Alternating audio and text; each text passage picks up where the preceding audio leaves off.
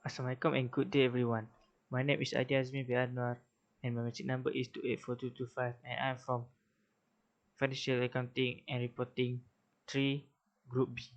Regarding this report that have we been analyzing from 2019 to 2021, the company that I'm responsible to do is Ken1 Berhad.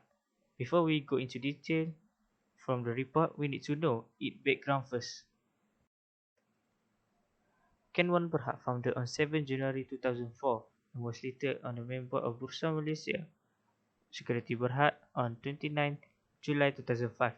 Ken1 is an investment holding company and its subsidiary primarily manufacture metal, lithographic can, plastic jerry can, and box packaging and the manufacture packaging and distribution of dairy and non-dairy products. It has grown from a tiny can maker to one Malaysian leading tin can manufacturer.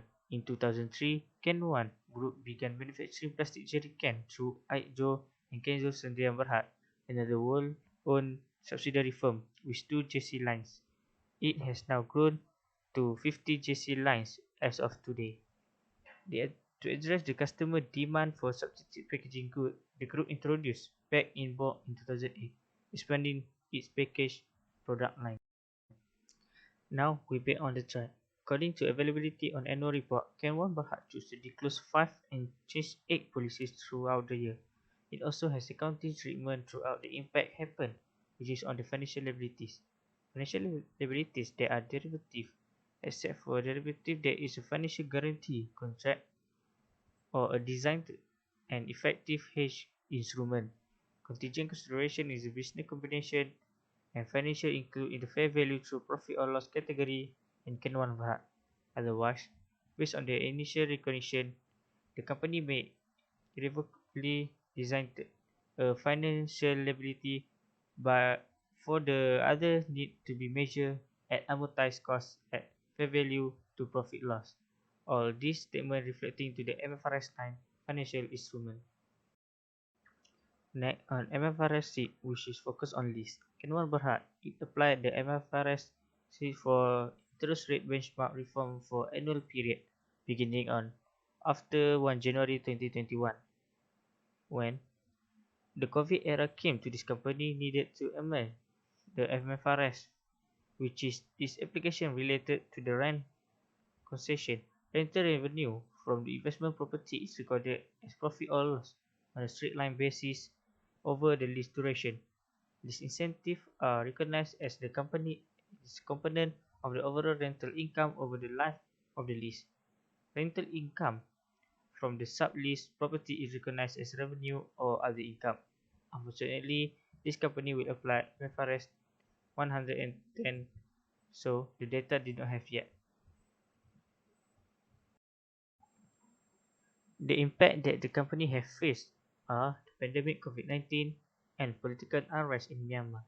The judgment and assumption used in producing the financial account for the fiscal year ended 31st December 2020, the group has adequately accounted for the impact of the COVID-19 pandemic, such as expected credit losses and financial asset amount due from subsidiaries.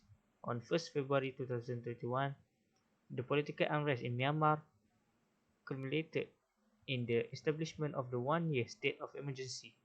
This has this has raised considerable concern because it has the potential to upset Myanmar's commercial environment. Now let me focus on ratio analysis. The first one is liquidity ratio. The good current ratio in 2020 which is 14.43. The quick ratio is in 2020 which is 8.75. But for the cash ratio in the year 2017 shows the best with the ratio is 3.89. For the financial leverage ratio, we have calculated the three ratio, which is total debt ratio, debt equity ratio, and equity multiplier. For total debt ratio, the best ratio is 0.54 in 2021. Thus, for the debt equity ratio 2019, with the highest ratio which is 1.8. In equity multiple 2019 also became the highest rate which is 3.51. In the frame of profitability ratio, we focus on return on asset (ROA), return on equity (ROE), and profit margin.